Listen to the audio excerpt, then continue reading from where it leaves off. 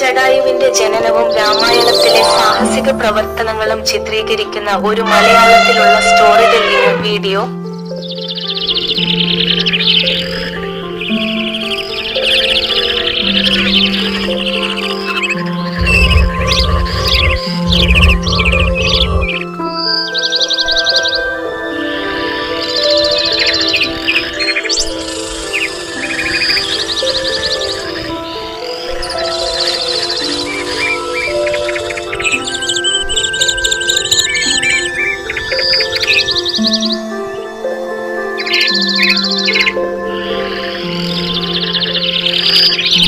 ശാന്തമായ ഒരു കാടും അതിൽ മായാമയമായ പ്രകാശവും.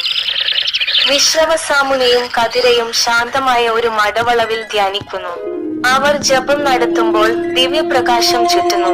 അതിൽ നിന്നും ഒരു ഭയങ്കര പക്ഷി പറന്നുയർന്നു ആകാശത്ത് പറന്നു പോകുന്നു. അതായിരുന്നു ജടായു. ദിവ്യമായ അനുഗ്രഹത്തിൽ നിന്നാണ് ജടായു ജനിച്ചത്, നീതിയുടെ രക്ഷകനായി. ജടായുവിന്റെ ബാല്യത്തിൽ ഒരു ചെറുപ്പമായ ജടായു വളർന്നുകൊണ്ടിരിക്കുന്നു. വിശാലമായ പ്രതിസന്ധികളെ മറികടക്കുന്നു. കാട്ടിലെ ജീവികളെ സംരക്ഷിച്ച് അവരെ അപകടങ്ങളിൽ നിന്ന് രക്ഷിച്ചു. മഹത്തായ ജ്ഞാനത്തോടെ ജടായു രാജ്യത്തിന്റെ സംരക്ഷകനായി മാറി ജീവജാലങ്ങളുടെ സുരക്ഷ ഉറപ്പാക്കി.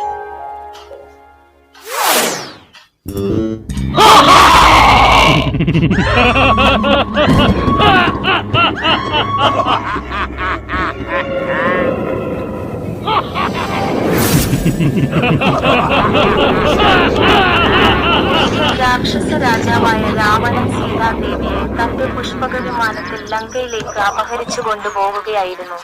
രാവണന്റെ അട്ടഹാസവും സീതയുടെ രക്ഷിക്കണേ എന്നുള്ള നിലവിളിയും നാട് മുഴുവൻ പ്രകമ്പനം കൊണ്ടു.